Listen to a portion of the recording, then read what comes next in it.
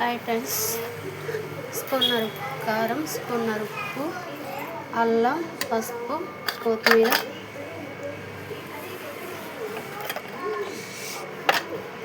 ఉల్లిపాయ, పచ్చిమిర్చి, కరివేపాకు, 4 ఎగ్స్,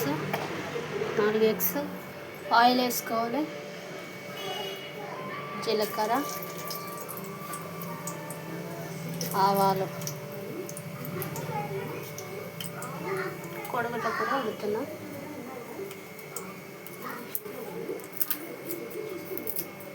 కొంచెం మిరగాకు,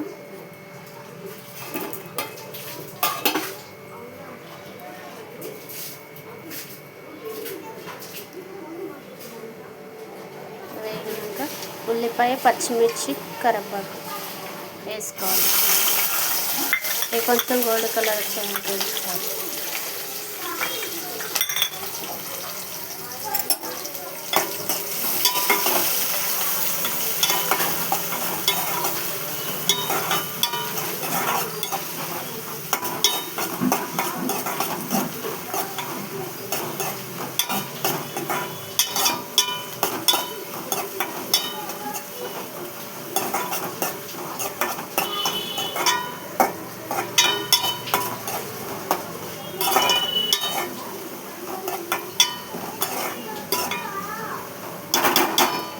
కొంచెం పెద్ద పెట్టుకుంటే తొందరగా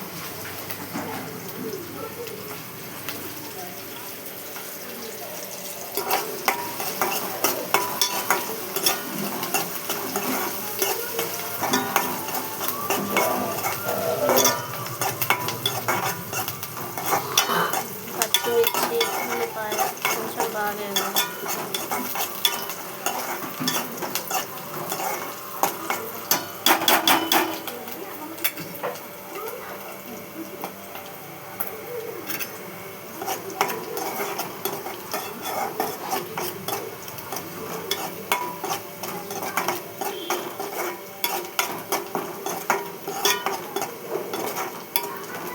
వేగినాక తర్వాత అల్లం, పసుపు వేసుకోవాలి.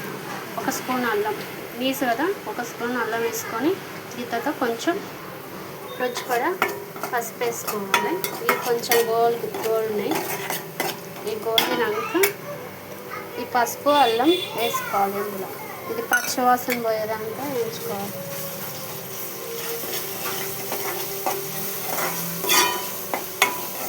అల్లం పేస్ట్ పచ్చివాసన ఉంటుంది, కొంచెం పోయినాక కోడిగుడ్లు కొట్టేసుకోవాలి.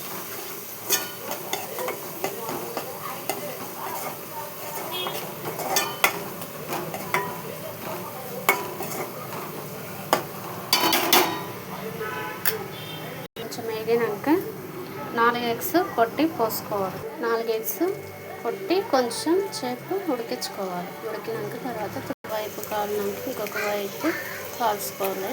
కాల్చుకున్నాక ఉప్పు, కారం వేసుకోవాలి. తర్వాత ఇట్లా ఉడికించుకున్నాక కారం, స్పూన్నర కారం వేసుకోవాలి.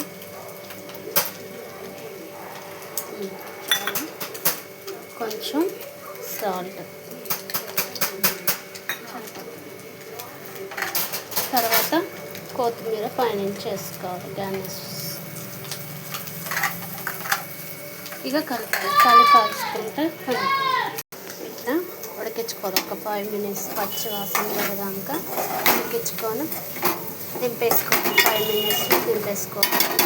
లైక్ చేయండి, షేర్ చేయండి, బెల్ కొట్టండి, కామెంట్ పెట్టండి. ప్లీజ్ ఫ్రెండ్స్, తెలంగాణ కోడిగుడ్ల కర్రీ వేరే బౌల్లో తీసుకోవాలి, చిన్న బౌల్లో.